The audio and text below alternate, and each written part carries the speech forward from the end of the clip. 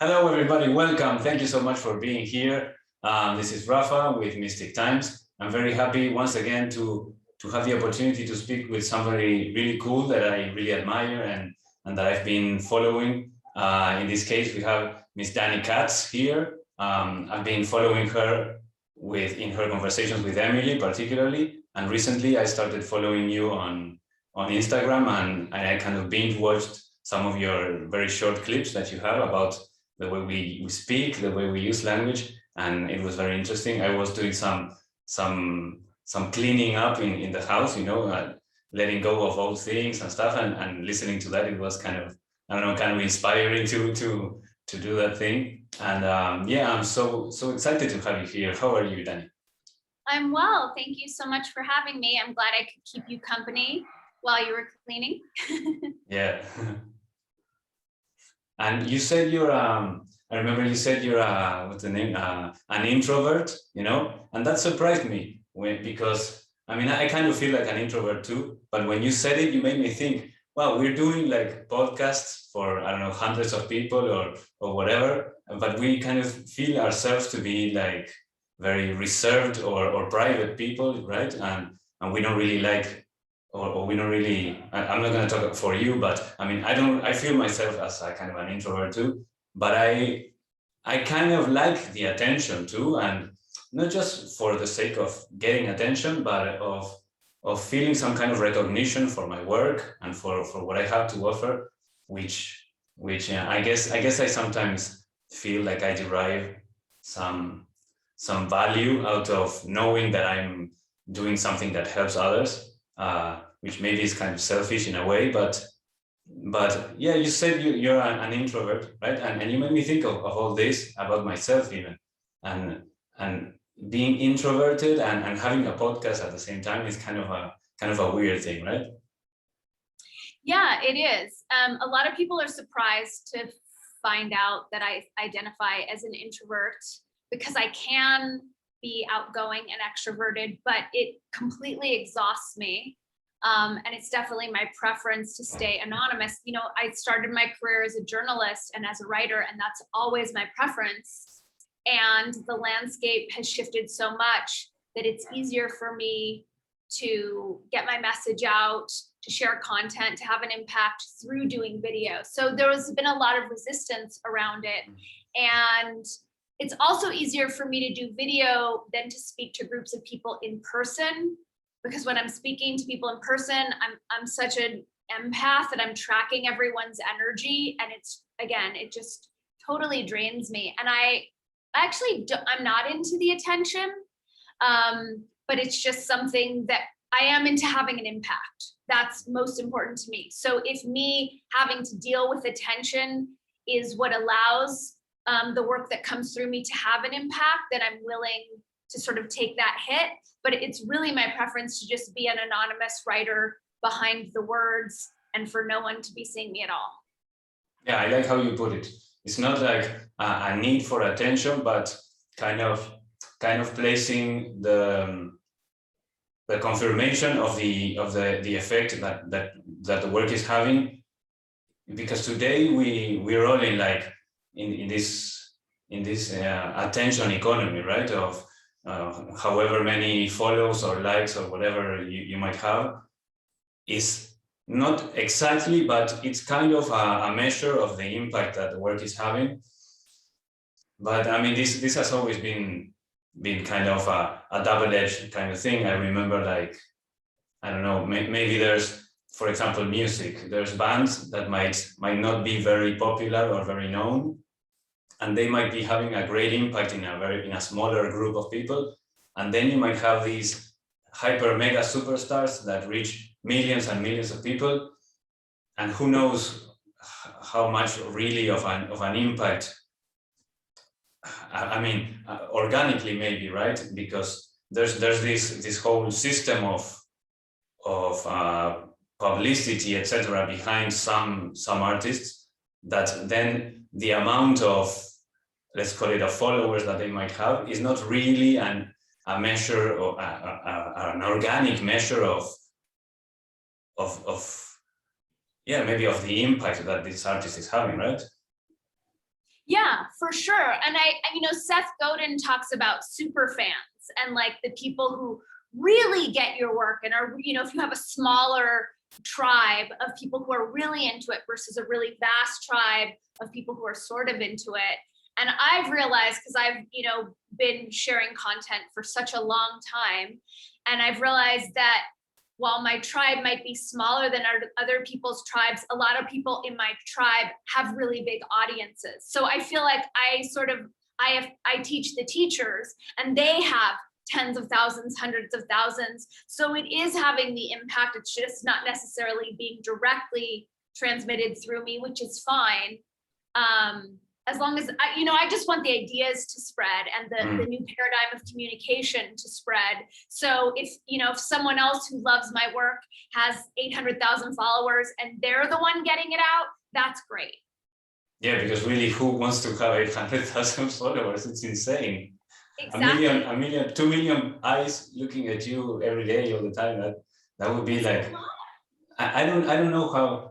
There's definitely, there must be like different kinds of people as far as like our sensibility to energy or to the energetic aspect of life. Because if I had to deal with the attention of 1 million people or something insane like 100,000 people, 25,000, it's like insane. I would be like all the time, like it's not that I might be unprotected to so much energy being directed my way, but I don't know that I would feel comfortable with that much attention. I like smaller groups, and like you say, like having an impact on people that then might be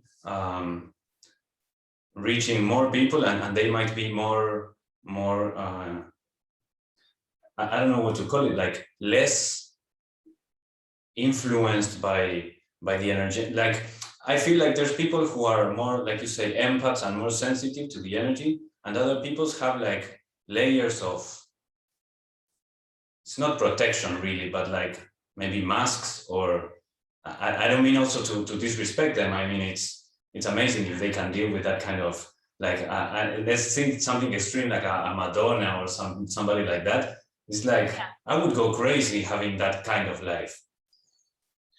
I completely agree. I'm with you. I mean, I live in a small town and a small community, and there are days, like I love going to ecstatic dance, and I know a lot of people, and there are days where I feel like I don't want to, I'm too sensitive to deal with all of those people wanting to engage me, which is just loving hellos, So yeah, I agree, to be on a Madonna level or whatnot, that sounds insane. And Emily and I have talked about this a lot growing up in Los Angeles, is that fame seems to really warp people.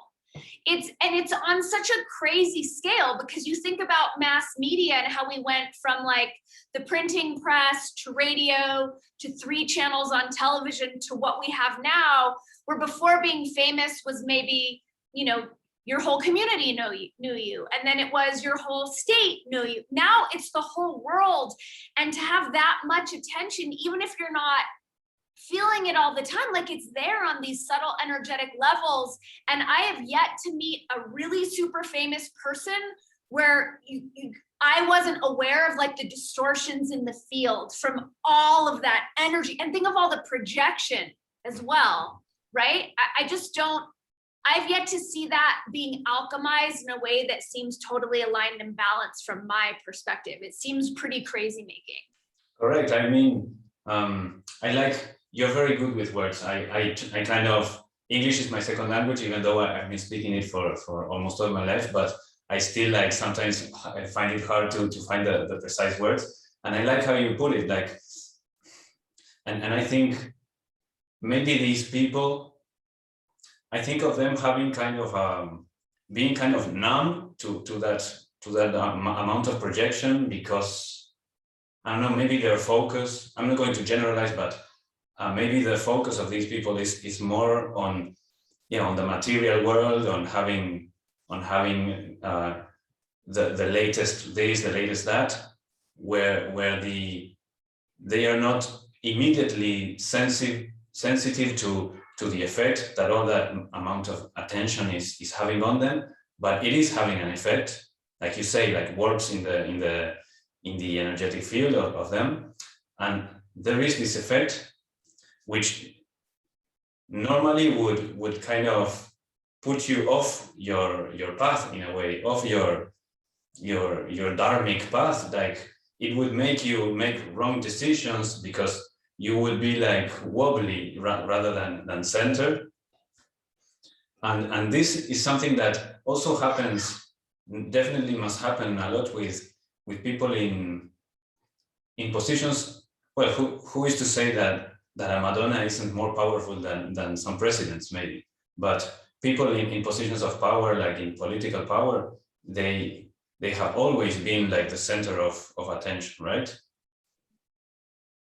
Yeah, absolutely. And I think, I mean, these days, the way propaganda has sort of taken over culture, I think that people like, I don't know now Madonna these days, but certainly like, you know, a Lady Gaga or a Jay-Z, in some ways they do have as much power. Look what's happening right now with Nicki Minaj, you know, that's really interesting to see.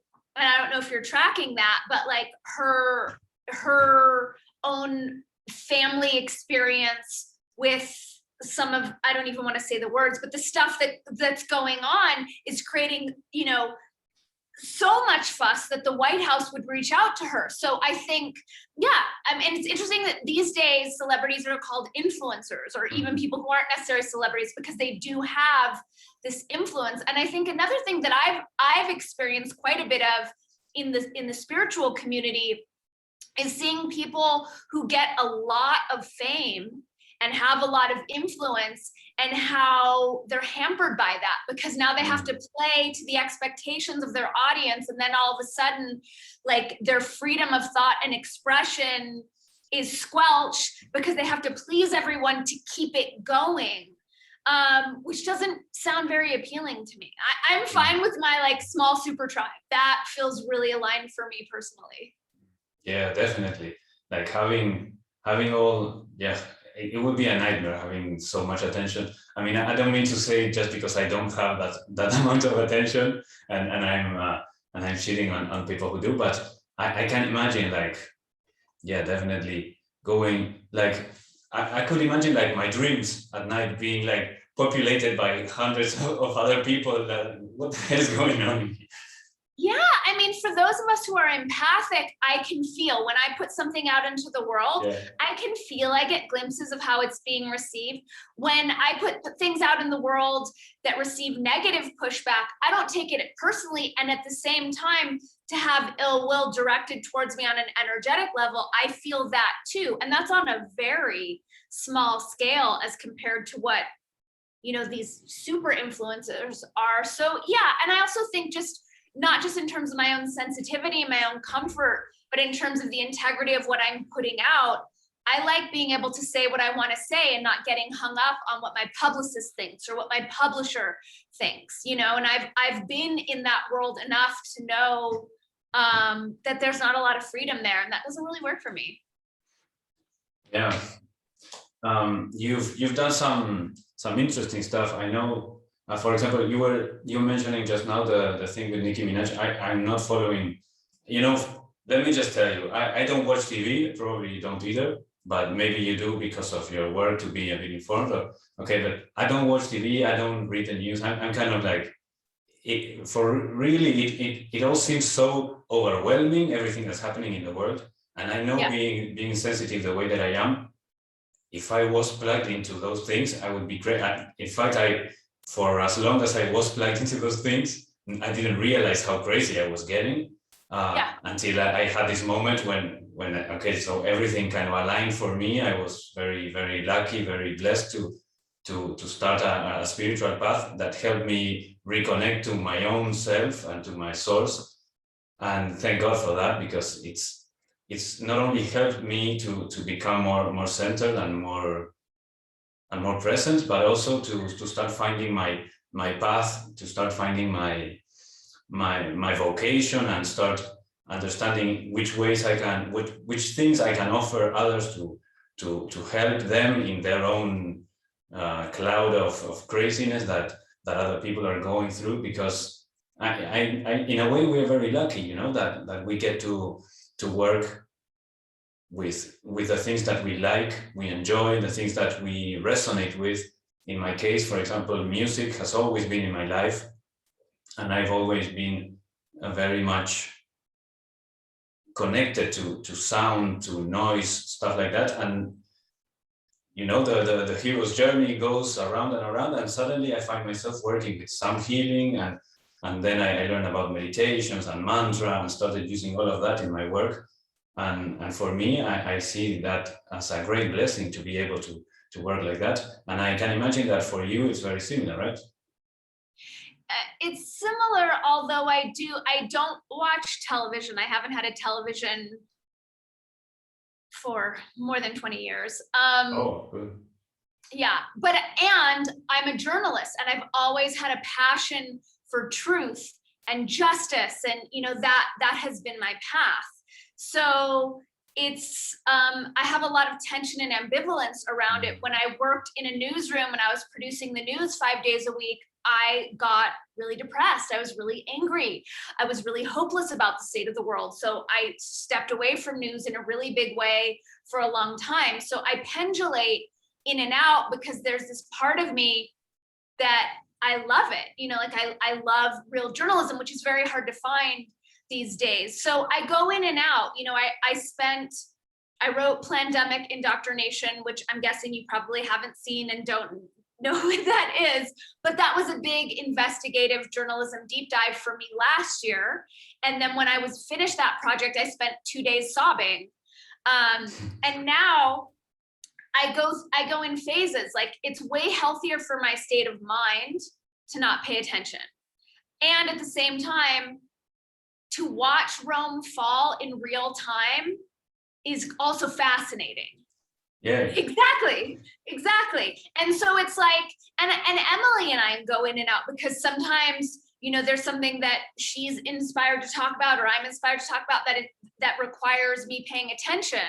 And right now, you know, I'm happy to be taking a break from that. I don't want to pay attention to any of that. I just want to listen to Meister Eckhart and sing and meditate. So I go in and out, and I'm prone to extremes. So that's kind of how it is for me. I go in, I get destroyed by it, I pull out, I get sucked back in. It's like that. Yeah, for me, it's also very similar, you know, how I my relationship with I don't know, with the culture or with information of that kind. I'm very much like, there's moments when I don't know, I guess it's the moon or the stars or whatever.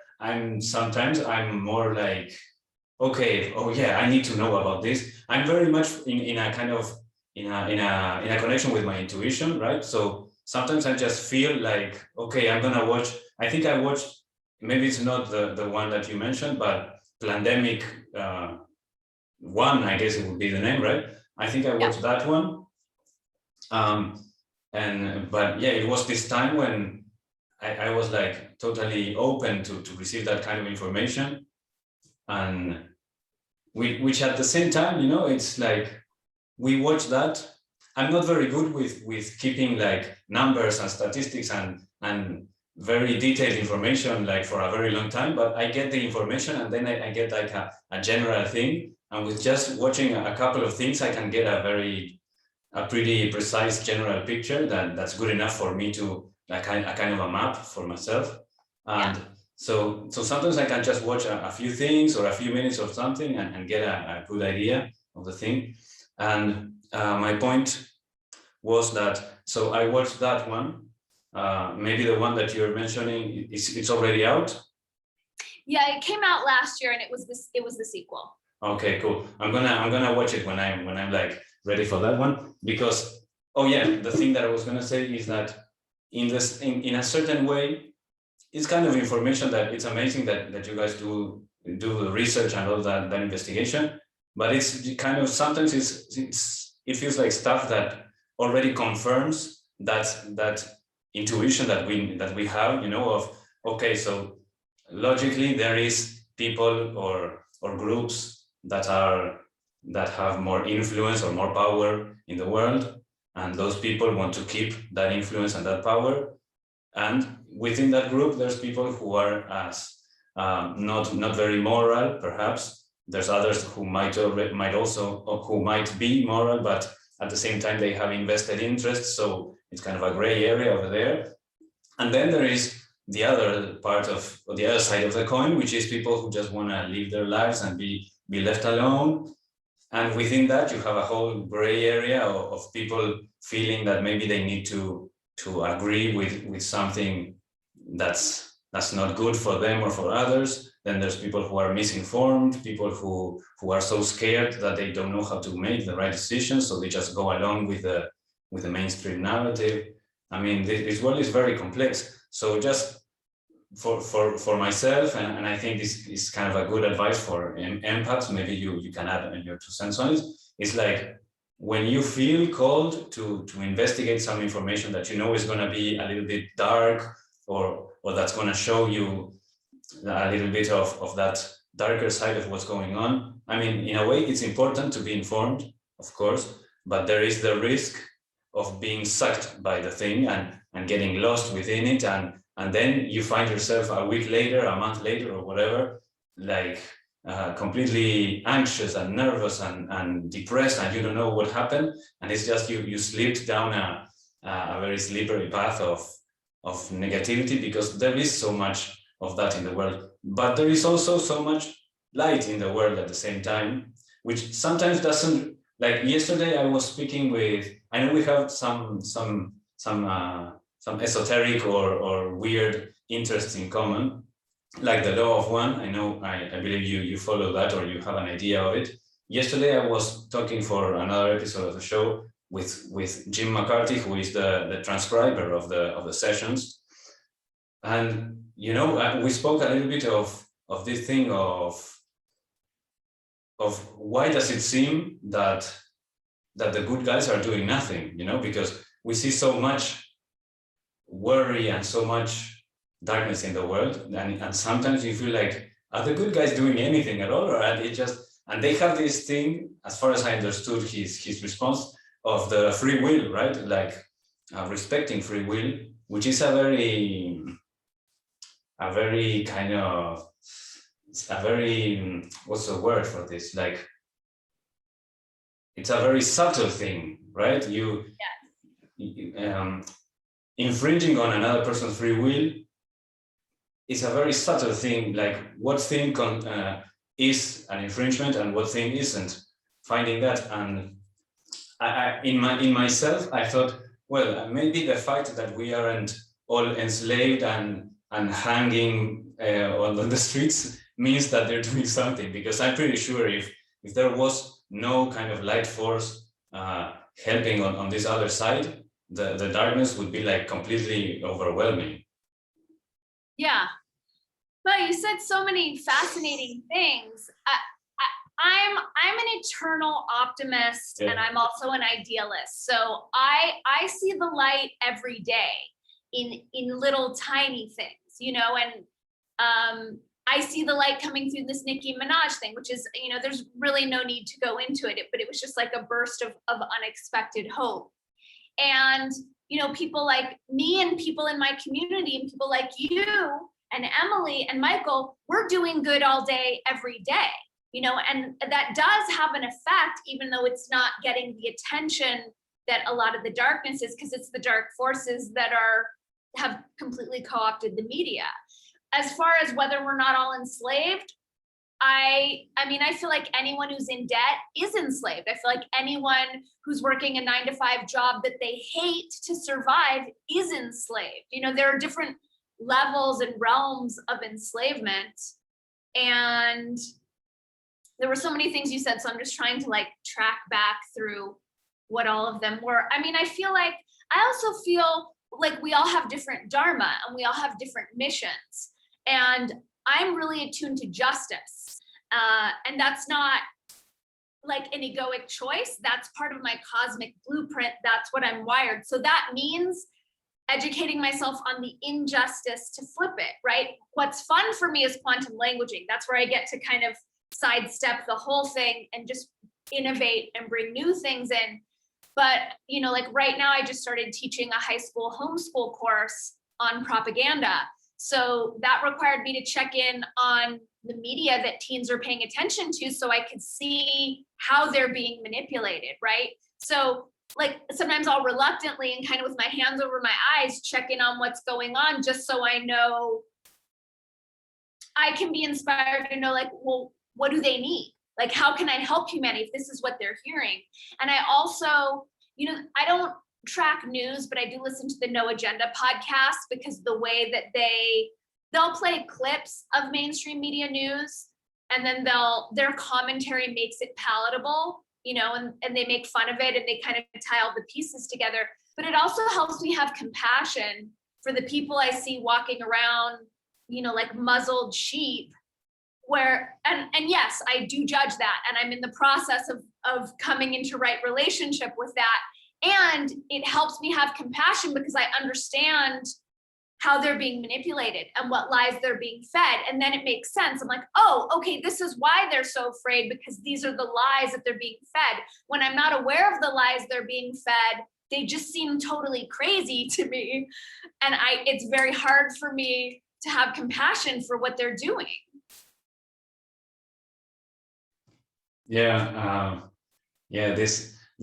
This thing that's going on is so crazy, so intense.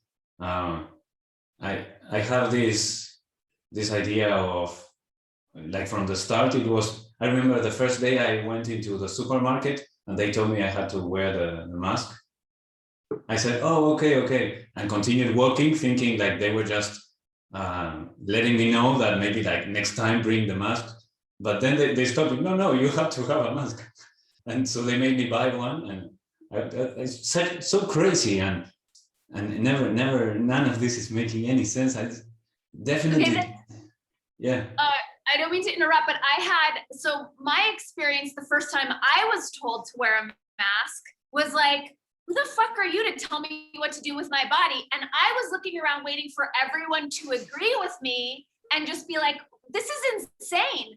And I was the only one that was pushing back. And I had the experience a couple times until I realized, oh, everyone's gonna go along with this insanity? Like, totally crazy. And I had the same experience the first time TSA made me take off my shoes after 9/11.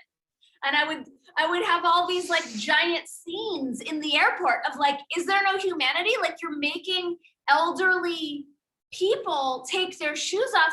And I'm always waiting for everyone to jump in with me. And then I'm like the lone person who's like making a scene. No, it's crazy. But at the same time, it's so this is like a great opportunity for us to learn about perspective, in that we can, some of the empaths can be like going crazy and angry and needing to fight the system and whatever. And there is a place for that. But I also, for me, I've seen that is like not the end point or the end strategy for this, because there's things that I would say, but I prefer not saying in public necessarily. And so people need to feel this need to fight, but we don't need to see this from that negative stance, but rather see, okay, now, for example, in this with the masks, okay, now, if you could see like from the side of the good guys, like I call them, okay, now we know physically and visually, okay, this person more or less is on this side. I don't mean to create sides, but there kind of are sides. Sides of conscious evolution of a person, not sides of being good or being bad or being against each other, but more like levels, right? Or stages of evolution, of development, of awareness. I language it as these people are controllable, right? These people allow themselves to be controlled. They defer to an external authority over their internal knowing. It just kind of helps, because I get it. We don't want to make it an us, them, or, you know, or whatever. It's just like, these people like to be controlled, like to be told what to do. And thank you for showing us that. Yeah, and now, because before, like the one thing that's been so incredible for me is, before, people who were like germophobes, etc., everybody would be like, you're so crazy, you're afraid of germs, and you have, yeah, this guy washes his hands 1,000,000 times and blah blah blah. And now it's like, actually everybody was a germophobe in the bottom line, right? Behind closed doors, most people were, and it's insane. Actually, I disagree though. I don't think everyone was a germaphobe. I think people like to are controllable. So now that these people who were never germaphobes are being programmed to be germaphobes, because they don't, for me, what it's showing me is who does not have a strong sense of self, who is disempowered and who is empowered. The disempowered people are now being programmed to be germaphobes, but I don't think they actually were before this. Yeah, no, I see your point. I mean it more in a kind of a comedic sense, like in the end, they were criticizing something that they were potentially open to themselves. And yeah, many times we do this thing of projecting onto others and criticizing others, because we don't want to see that we have that thing in potential. And I think when you have a strong sense of self and you are less controllable in your words, I think what happens is not that you don't have the potential of becoming a germaphobe, but that you know that I have the potential. So if you're aware that you might be manipulated, when somebody comes and tries to manipulate you, something within you will let you know what's happening, and you'll be able to kind of get out of that situation, I believe. Yeah, I just got a chill when you said that, because it's exactly it. It's like, we know our tendencies, we know our shadows and our blind spots. We know when there's a likelihood to be pulled into something. I think what shocks me most about this situation is just seeing how many people don't know themselves, how many people have not developed a sense of self and are disempowered, which for me just motivates me to support people in empowering themselves. You know, like, that's what I'm getting from the whole thing. And everyone has their idea of what the solutions are, and there is no one solution, right? Like, we are looking at a multi-dimensional clusterfuck of issues. And from my perspective, having an empowered populace would make it impossible for this stuff to be happening. No, of course, divide and conquer, right? So having people again distracted with 1,000,000 things rather than looking at themselves. And that's why it's so important, this role that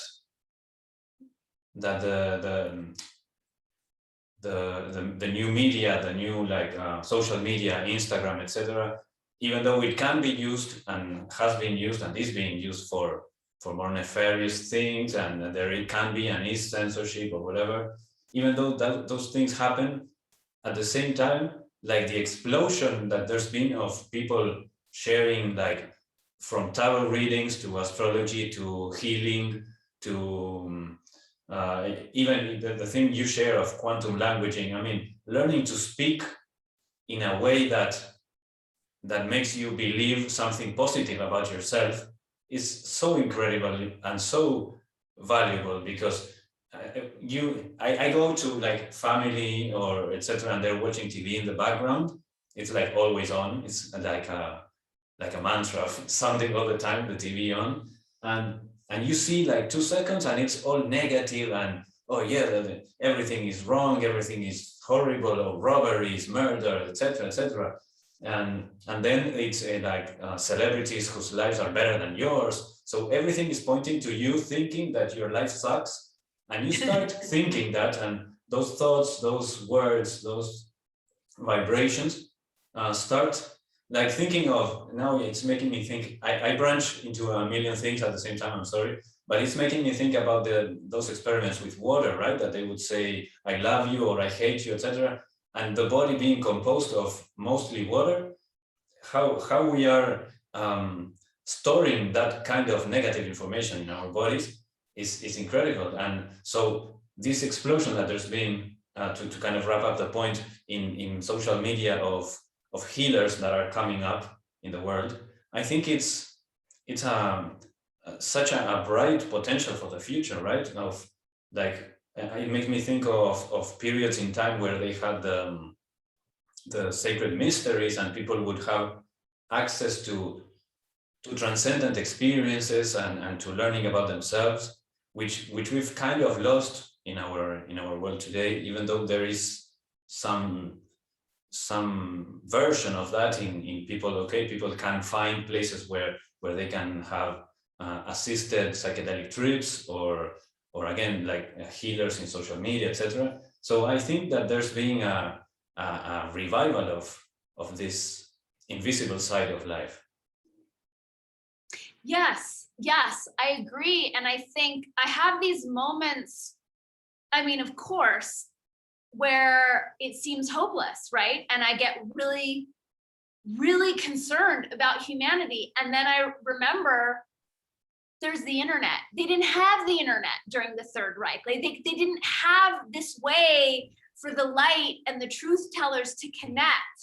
And they have yet to squelch us. And at the same time that I don't know how it is for you, I'm pretty outspoken with my perspective, and I have lost so many friends this past year and a half, going back to when Trump was elected, but especially since writing Plandemic Indoctrination, it was really shocking. And I did a ketamine journey last week, and I was being shown that, like, not to discount the relevance of my Instagram tribe and of these people that I'm meeting, like you reaching out to me, and how, like, this is really valuable, and we are weaving together some really powerful divinity and mysteries and community and all of that.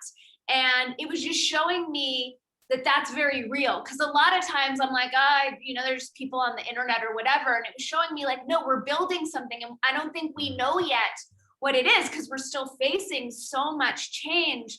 But it's beautiful because I'm connected with so many really amazing people all over the world. And there is so much support there. And yeah, just the availability of all these incredible mysteries and this sacred information. I have a friend in California who shared a Google Drive with me with, all of Meister Eckhart's teachings and all of Krishnamurti's teachings and all of, Mother Julian's teachings. And it was like in an instant. So there are wonderful things coming through the internet, through this social media space.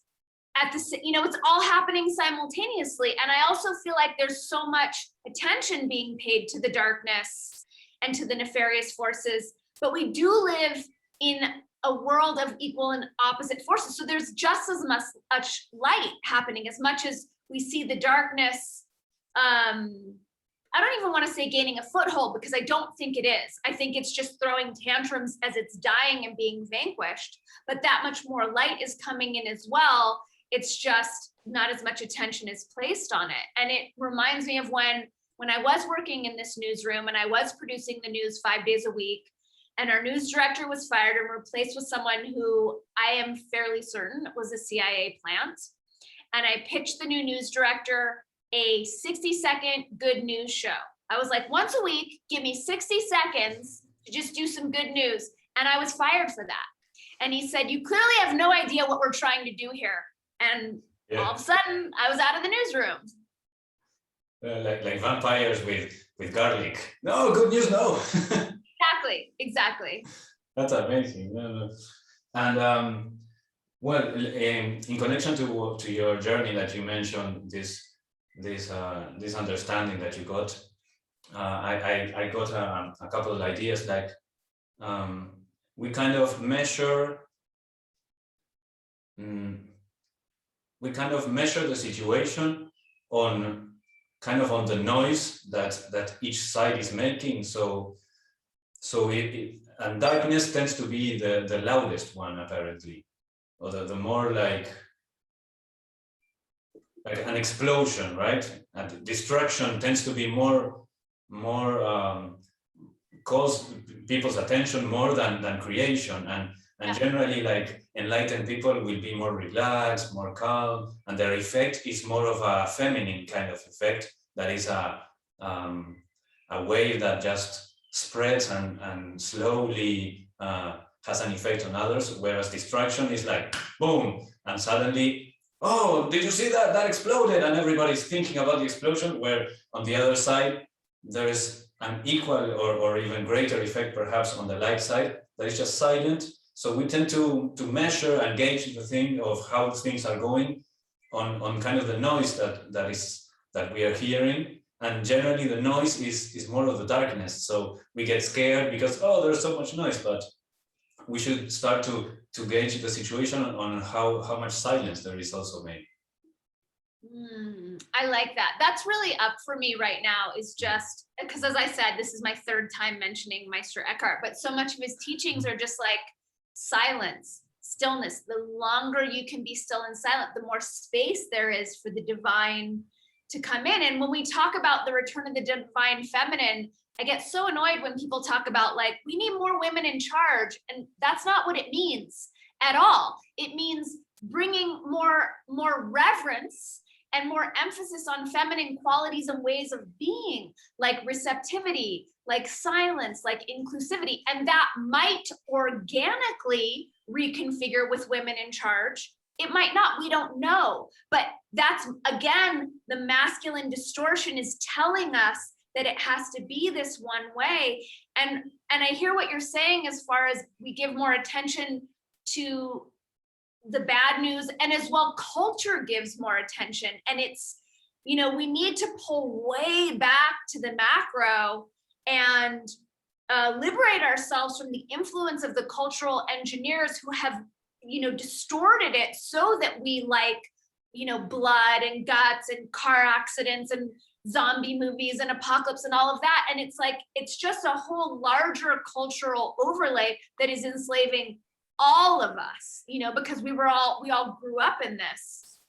And so a lot of the times, like, I was having a conversation with a friend last night, and he was talking about, they just passed this law in Texas that it's not quite an anti-abortion law, but it kind of is. And it has people really up in arms. And my friend brought it up, and he was like, well, we need to compromise and both sides need to talk. And I was getting so frustrated. I'm like, there are no two sides in this. The social engineers are holding the puppet strings and trying to make us think there are two sides. And every time we buy into that and pretend like we're on one side or the other, they win. We're feeding their lie. What we need to do is pull our attention off of one another and onto them.